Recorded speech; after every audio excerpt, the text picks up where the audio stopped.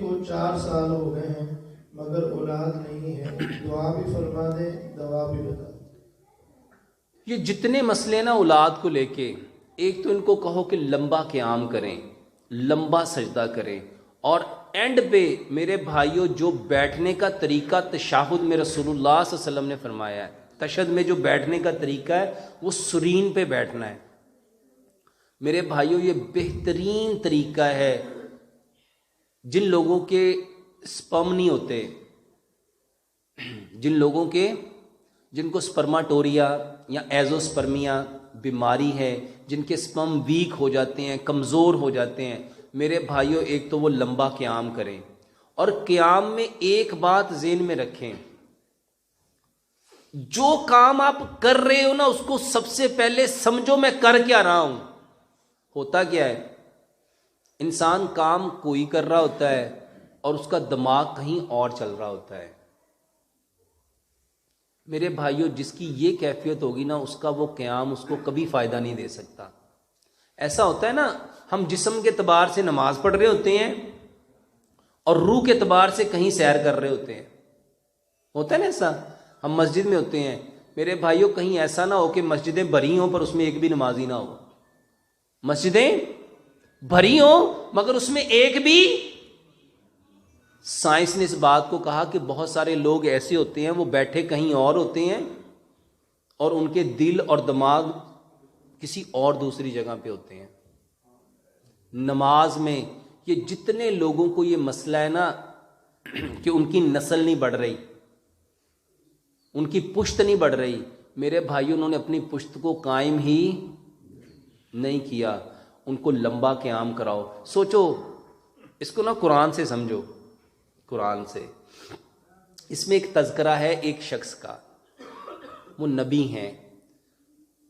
وہ جب اپنی عمر کے اس حصے میں پہنچے جب ان کی ہڈیاں کمزور ہو گئی، انہوں نے اپنے رب کو پکارا اور کہا کہ اللہ مجھے وارث چاہیے،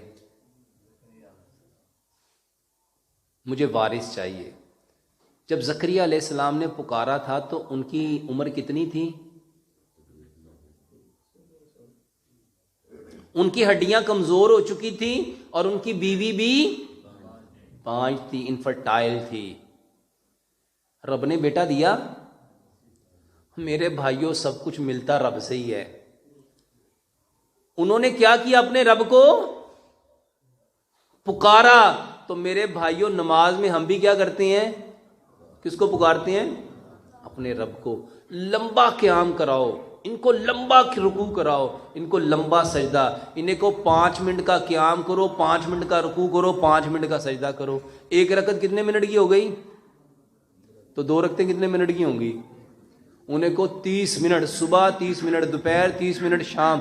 واللہ کر کے دیکھو، 2 باتیں ہیں، یا ہونا ہے یا اور نہیں تو پہلے بھی نہیں ہے۔ اور سچ بتاؤ اللہ کے سوا کوئی اور تمہارا کوئی کام کر سکتا ہے؟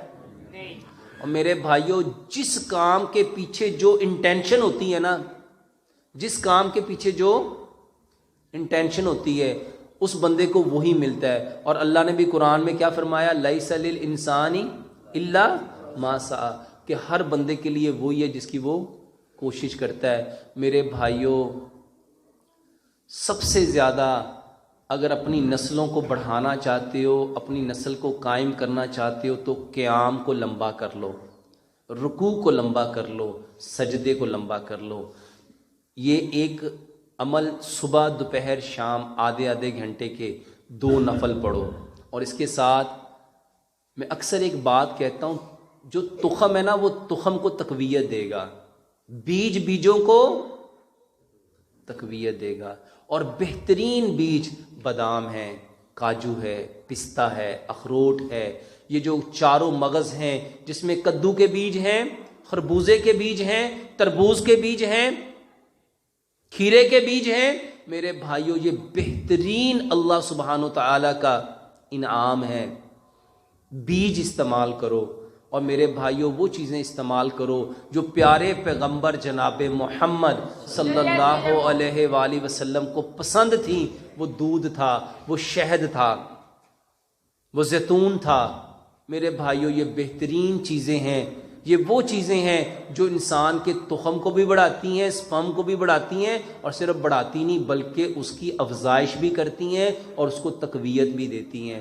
تو اس کا طریقہ یوٹیوب میں نے مردانہ کمزوری کا علاج پوری تفصیل کے ساتھ بتایا ہے، وہ اس میں سے تفصیل سے دیکھ سکتے ہیں۔